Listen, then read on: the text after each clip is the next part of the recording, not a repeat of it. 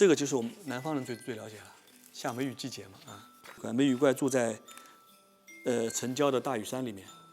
中国画里面画雨水全部是留白的，雨水是个氛围和背景存在的，是气韵存在的。但是我在这里把雨水画的质地比那个上面山和人物还要重，还要实际，画的黑乎乎的。所以第二句话就是说，大屿山里每天每夜都下大雨，雨是密的像抹布一样，而且1秒钟没停过。然后就开始讲那个梅雨怪多么生活不便啊。这故事我是在做一些很恶心的东西，小朋友会很喜欢的。身上发东西，牙齿里长青苔，脚底长那个蘑菇，然后他最后还把这些都抠下来做了一锅汤吃，汤还是给朋友吃。所以这故事我经常也跟幼儿园孩子讲，他们发出了既嫌弃又幸福的大家都挺喜欢这个故事。这个也是在那个不可触碰的那个某些部分再往前走一走，就是走这种故事。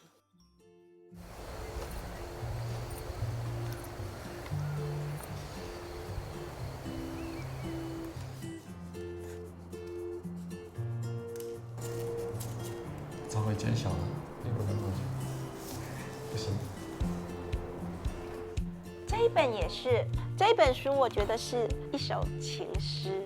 他的孩子说：“我要跑走了。”妈妈说：“如果你跑走了，我就去追你，因为你是我的小宝贝。”小兔子就说：“如果你来追我，我就变成吸你的小鳟鱼，游得远远的。”妈妈说：“如果你变成吸你的小鳟鱼，我就变成捕鱼的人去捉你。”这样的循环往复的对话不停地产生，到最后小兔子就放弃了。他说：“天哪，我不如待在这里当你的小宝贝吧。”妈妈就说：“再来一根红萝卜吧。”我们所有人的亲密关系都是这样，永远在我要离开和算了，我就待在这样的一个亲密关系里，接受这样关系里面的冲突。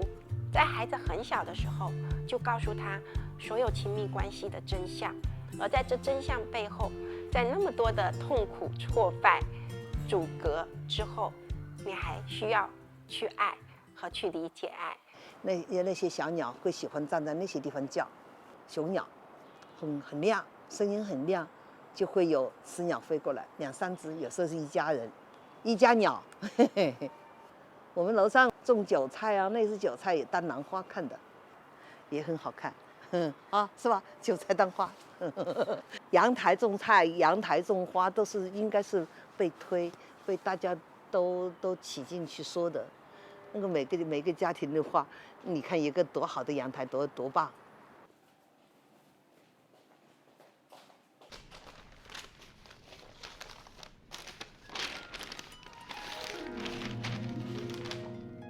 《欢迎胡姬》呢是《聊斋》故事，黑颜色的产生是蒲松龄的序言部分自己说：“知我者，其在清明黑色间乎？”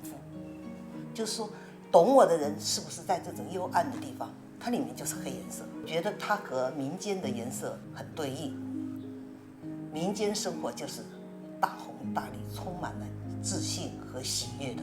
它和那种它的作为背景的颜色那种黑的冲突，反而使得这些生命的那种色彩更为亮丽。眼睛呢，我就是我的一个构成的设想的秘密，因为图画书它必须有一些画眼一样的东西。中国人本来是黑眼睛，但是在有些情况下它会变蓝。我为什么这样想？因为小孩子他的眼睛很澄明，他没有那么多像成年一样的障碍物，他容易看到事物的本质。这个话换成民间的说法，就是小孩子他还从很小的时候走过来的时候，他跟神灵是好像容易沟通一些，所以眼睛用蓝色还更好，它有一种奇妙的宝石一样的光泽。这样的话，很多妖怪狐狸就在他的面前就无可躲藏，就会显露出真实的面貌。我真希望这些图画书里面的一层一层，它被读到，被喜欢我作品的人欣赏到，我会很开心。让我们以书为舟，开始一场奇幻漂流。